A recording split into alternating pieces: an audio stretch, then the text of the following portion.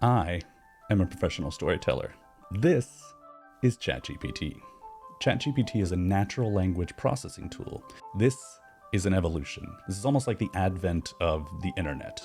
Maybe I'm being hyperbolic here a bit, but it is an enormous thing to be able to go onto a site and ask for anything and get what you want. There's a lot of fear out there right now that AI is going to take over these artistic fields, and a lot of that fear is kind of warranted. I mean, when you see AI that can come onto the scene and start producing the images that these AI can produce, and the stories and the research and the papers, it is an enormous thing. Even YouTube scripts can now be generated with OpenAI or with ChatGPT, which is crazy to think about how easy that can make a lot of things. But how original is it? So I challenged it. I wrote out an in-depth synopsis and I gave it to ChatGPT to write me a short story. And I'm not talking about a paid short story. It's a 7,000 word short story. Then I took that same synopsis and without reading ChatGPT's, I wrote my own story.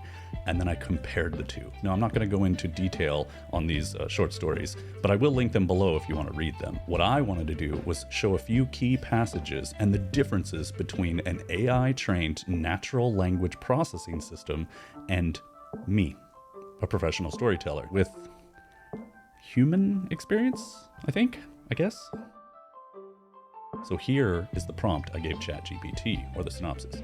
Please write me a 7,000 word story. It's a first-person fictional narrative with an unnamed protagonist, an overworked astronaut whose entire life was orchestrated by his father so that he would be one of the first humans to establish a base on Mars. Alone on the Martian base with a Russian cosmonaut named Yuri, they prepare to set up for a subsequent mission full of astronauts. But he could never have planned for what he finds growing in the soil of the O2 Gardens, a human eyeball, discovered shortly after meeting our unnamed protagonist. I wanted to make sure that we were both getting the exact same inciting incident at roughly the same time. What follows is an in-depth examination of unbridled ambition that leads to insanity and paranoia. That's a key term there. I wanted to make sure that we had the same tone set. What I first wanted to do was explore that opening paragraph. I want to see how each of us would hook the reader into reading more. That's what the opening paragraph is all about. How do you get the reader's attention? How do you keep them reading? How do you lay the groundwork for what the story is about? So I'm going to read both of them without telling you which one was which. I had always known this moment would come. My entire life had been leading up to it. Every decision, every sacrifice, every bit of hard work. My father had been an astronaut before me, and it was his dream that I follow in his footsteps. He had pushed me towards it from a young age, guiding me towards the right schools and the right internships.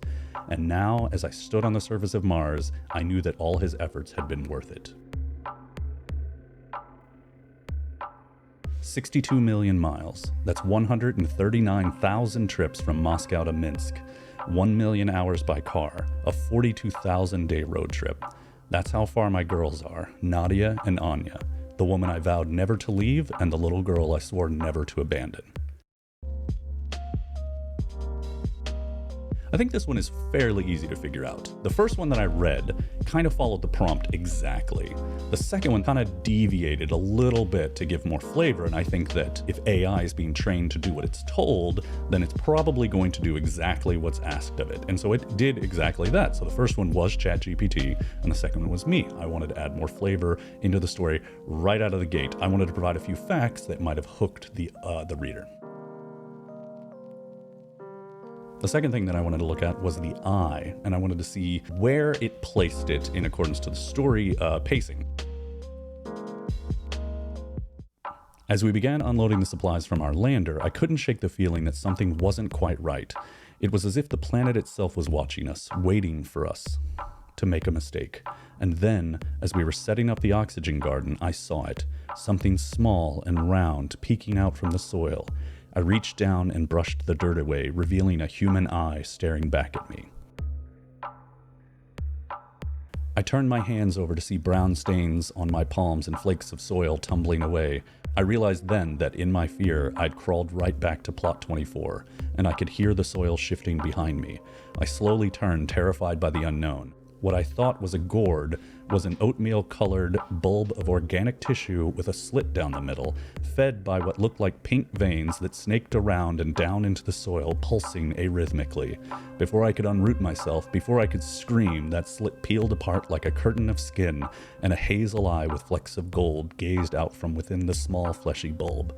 A stream of honey swirled around its iris as it looked at me. I ran. I think this one might be a fairly easy one to guess as well. The second one was me. I wanted to add this kind of gross feeling to the eye growing out of this soil, whereas in the other one, it was just kind of matter of fact, which is kind of what I expected from ChatGPT, but I expected just a little more. There's another part of this, it's actually really interesting. We both ended up writing about how the eye talked to the characters. I wanted to read you how it does it with both. The head in the soil opened its mouth and made that croaking sound again. It was testing the tone, the articulation, the way it could put thought into reality. The more the thing worked at it, the more the staccato rasp gave way to a smooth sound that reminded me of a voice I knew, and all at once I recognized the rough features forming on the face. I said its name without realizing it. It had just slipped out. I reached out as if I could grab the sound and snatch it back, but it was too late. The hum of the head's voice stopped. From where I lay, it couldn't see me, yet it tried. It pivoted around on what little muscle it had in its neck, searching for what had said the name it must have known. Then the voice came again as it played the same sound through whatever vocal cords had been so recently stitched together. It was garbled at first, but it didn't take long before the sounds grew angles and curves, slowly becoming the word I'd said, the name I'd uttered, its name. Yuri, it said. Yuri, Yuri, Yuri. It was a normal day, just like any other. Yuri and I were working in the lab, trying to make sense of the data we had collected, and then, out of nowhere, the eye spoke to us. At first, we thought we were hallucinating, but as the voice continued, we realized that it was real. It was the voice of someone or something that had been with us all along. The voice told us the truth about the eye and the cells, about the real reason we were on Mars, and when it was finished, we knew that our entire mission had been a lie.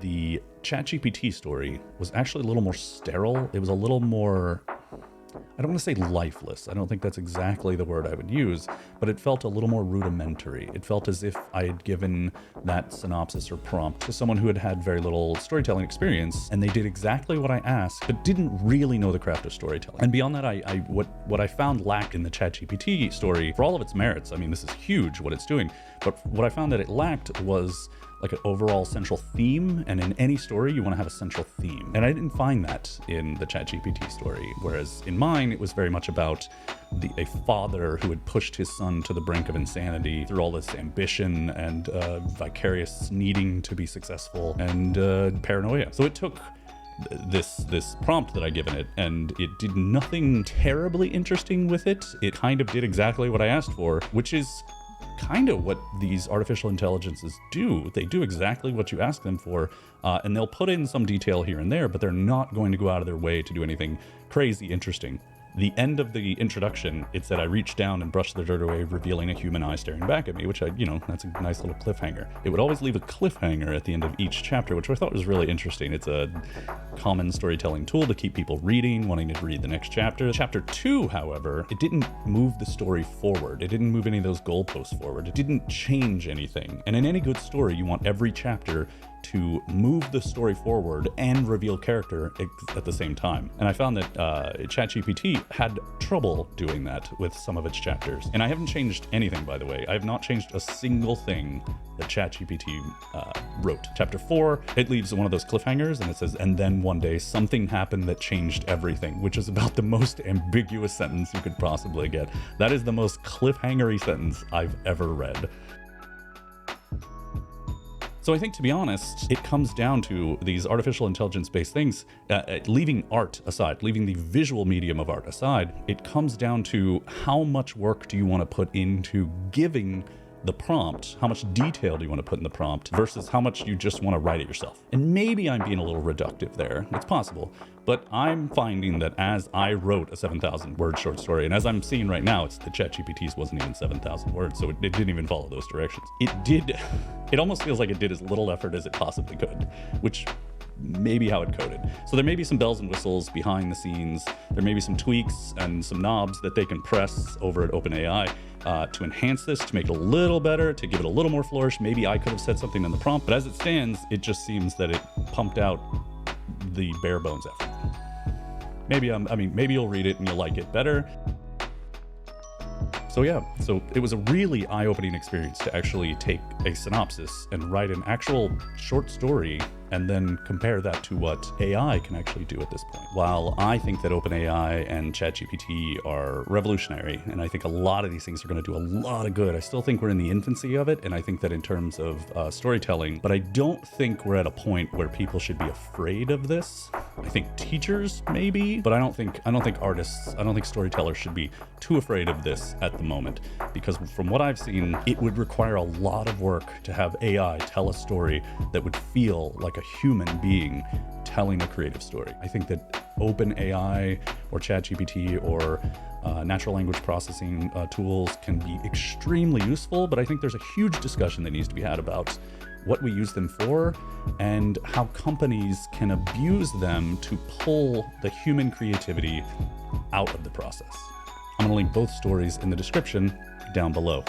And if you could, help the channel, like, subscribe, comment, follow, send me email, whatever you want to do. Anyways, I'm JS3. This is JSC Writes.